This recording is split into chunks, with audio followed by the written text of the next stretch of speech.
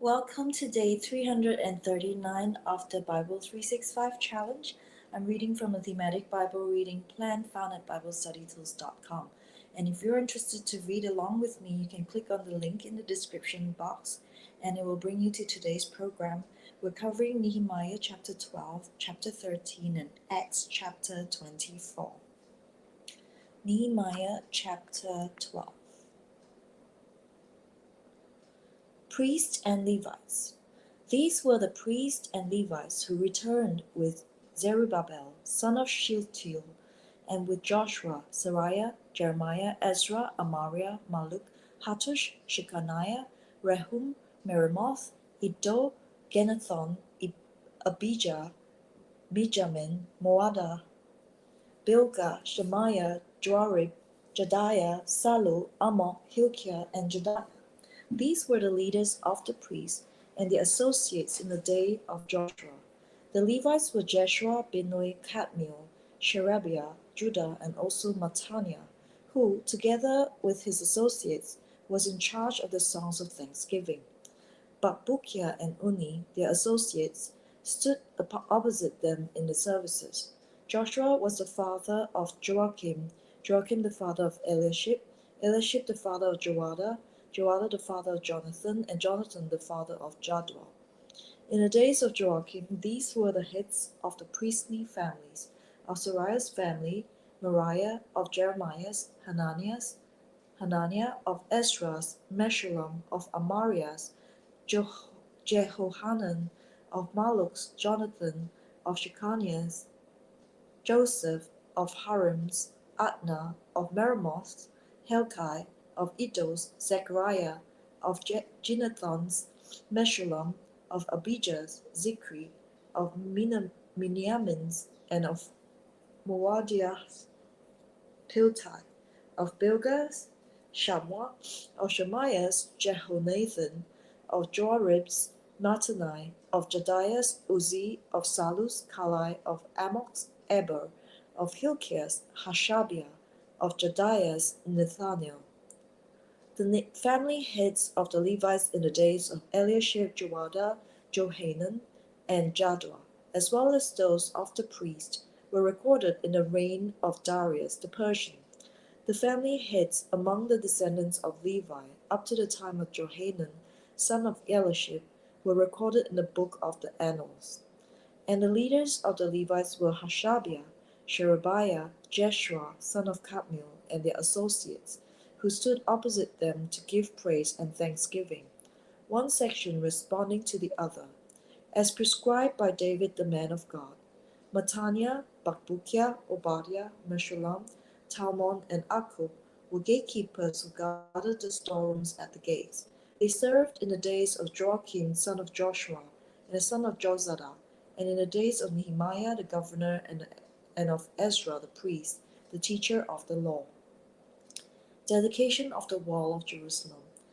At the dedication of the Wall of Jerusalem, the Levites were sought out from where they lived and were brought to Jerusalem to celebrate joyfully the dedication of songs of thanksgiving, and with the music of cymbals, harps, and lyres.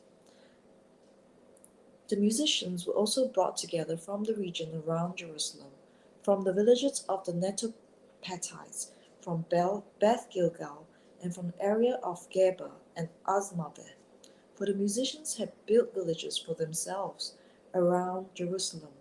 When the priests and Levites had purified themselves ceremonially, they purified the people, the gates, and the wall. I had the leaders of Judah go up on top of the wall. I also assigned 2 large choirs to give thanks. One was to proceed to the top of the wall, to the right, toward the dung gate. Hoshea and half the leaders of Judah followed them, and along with Azariah, Ezra, Meshullam, Judah, Benjamin, Shemaiah, Jeremiah, as well as some priests with trumpets, and also Zechariah, son of Jonathan, the son of Shemaiah, the son of Mattaniah, the son of Micaiah, the son of Zachor, the son of Asaph, and his associates, Shemaiah, Azarel, Milalai, Gilalai, Mai, Nathanael, Judah, and Hanani, with musical instruments prescribed by David, the man of God. Ezra The teacher of the law led the procession. At the fountain gate, they continued directly up the steps of the city of David, on the ascent to the wall, and passed above the site of David's palace to the water gate on the east. The second choir proceeded in the opposite direction.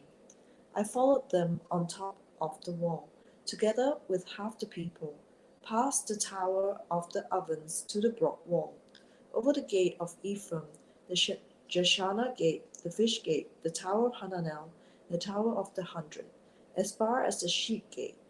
At the gate of the guard they stopped. The two choirs that gave thanks then took their places in the house of God. So did I, together with half the officials, as well as the priests, Eliakim, Messiah, Miniamin, Micaiah, Elioenai, Zechariah, and Hananiah with their trumpets, and also Maaseiah, Shemaiah, Eleazar, Uzzi, Jehohanan, Malchijah, Elam, and Ezer. The choir sang under the direction of Jezrahia, and on that day they offered great sacrifices, rejoicing because God had given them great joy. The women and children also rejoiced. The sound of rejoicing in Jerusalem could be heard far away. At that time, men were appointed to be in charge of the storerooms for the contributions, firstfruits, and tithes. From the fields around the towns, they were to bring into the storerooms the portions required by the law for the priests and the Levites, for Judah was pleased with the ministering priests and Levites. They performed the service of their God and the service of purification, as did also the musicians and gatekeepers, according to the commands of David and his son Solomon. For long ago, in the days of David and Asaph, there had been directors for the musicians and for the songs of praise and thanksgiving to God.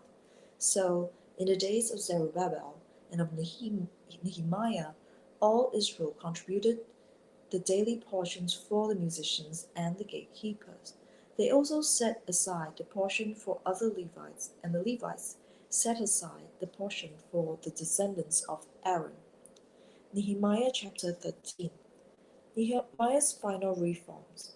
On that day the book of Moses was read aloud in the hearing of the people, and there it was found written that no Ammonite or Moabite should ever be admitted into the assembly of God, because they had not met the Israelites with food and water, but had hired Balaam to call a curse down on them.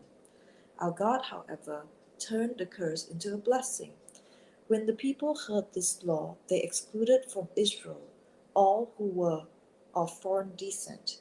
Before this, Eliashib the priest had been put in charge of the storerooms of the house of our God.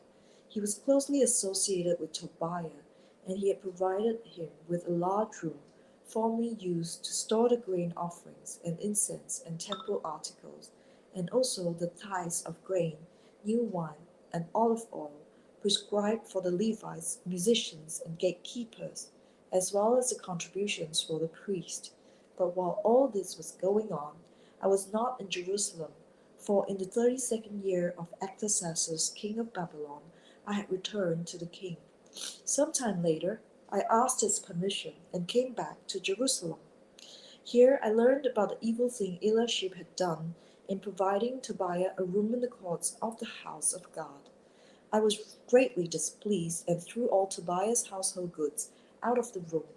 I gave orders to purify the rooms, and then I put back into them the equipment of the house of God, with the grain offerings and the incense. I also learned that the portions assigned to the Levites had not been given to them, and that all the Levites and musicians responsible for the service had gone back to their own fields. So I rebuked the officials and asked them, "Why is the house of God neglected?" Then I called them together and stationed them at their posts. All Judah brought the tithes of grain, new wine, and olive oil into the storerooms. I put Shelemiah the priest, Zadok the scribe, and a Levite named Pedaiah in charge of the storerooms, and made Hanan son of Zaccur, the son of Mattaniah, their assistant, because they were considered trustworthy. They were made responsible for distributing the supplies to their fellow Levites. Remember me for this, my God, and do not blot out what I have so faithfully done for the house of my God and its services. In those days I saw people in Judah treading winepresses on the Sabbath and bringing in grain and loading it on donkeys, together with wine, grapes, figs, and all other kinds of loads. And they were bringing all this into Jerusalem on the Sabbath. Therefore I warned them against selling food on that day. People from Tyre who lived in Jerusalem were bringing in fish and all kinds of merchandise and selling them in Jerusalem on the Sabbath to the people of Judah. I rebuked the nobles of Judah and said to them, "What is this wicked thing you are doing, desecrating the Sabbath day? Didn't your ancestors do the same things, so that our God brought all this calamity on us and on this city? Now you are stirring up more wrath against Israel by desecrating this Sabbath." When evening shadows fell on the gates of Jerusalem before Sabbath, I ordered the doors to be shut and not opened until the Sabbath was over. I stationed some of my own men at the gates, so that no load could be brought in on the Sabbath day. Once or twice the merchants and sellers of all kinds of goods spent the night outside Jerusalem. But I warned them and said, "Why do you spend the night by the wall? If you do this again, I will arrest you." From that time on, they no longer came on the Sabbath. Then I commanded the Levites to purify themselves and go and guard the gates in order to keep the Sabbath day holy. Remember me for this also, my God, and show mercy to me according to your great love. Moreover, in those days I saw men of Judah who had married women from Ashdod, Ammon, and Moab. Half of their children spoke the language of Ashdod and the language of one of the other peoples, and did not know how to speak the language of Judah. I rebuked them and called curses down on them. I beat some of the men and pulled out their hair. I made them take an oath in God's name and said, "You are not to give your daughters in marriage to their sons, nor are you to take their daughters in marriage for your sons or for yourselves." Was it not because of marriages like these that Solomon, king of Israel, sinned? Among the many nations there was no king like him. He was loved by his God, and God made him king all over Israel. But even he was led into sin by foreign women. Must we hear now that you too are doing all this terrible wickedness and are being unfaithful to our God by marrying foreign women? One of the sons of Joiada, son of Eliashib, the high priest was son-in-law to Sanballat the Horonite, and I drove him away from me. Remember them, my God, because they defiled the priestly office and the covenant of the priesthood and of the Levites.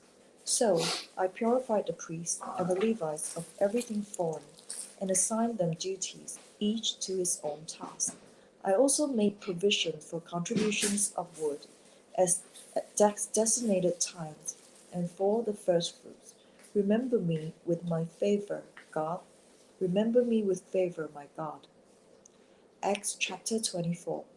Paul's trial before Felix. 5 days later, the high priest Ananias went down to Caesarea with some of the elders and a lawyer named Tertullus, and they brought their charges against Paul before the governor. When Paul was called in, Tertullus presented his case before Felix.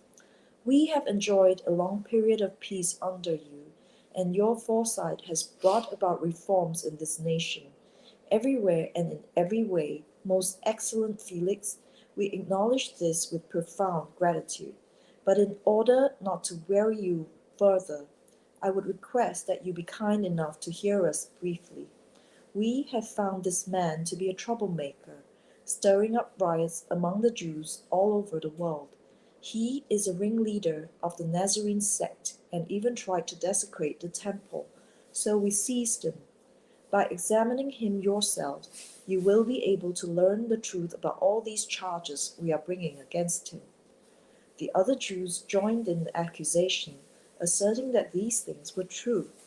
When the governor motioned for him to speak, Paul replied, "I know that for a number of years you have been a judge over this nation, so I gladly make my defense. You can easily verify that no more than 12 days ago I went up to Jerusalem to worship. My accusers did not find me arguing with anyone at the temple, or stirring up a crowd in the synagogues, or anywhere else in the city, and they cannot prove to you the charges they are now making against me.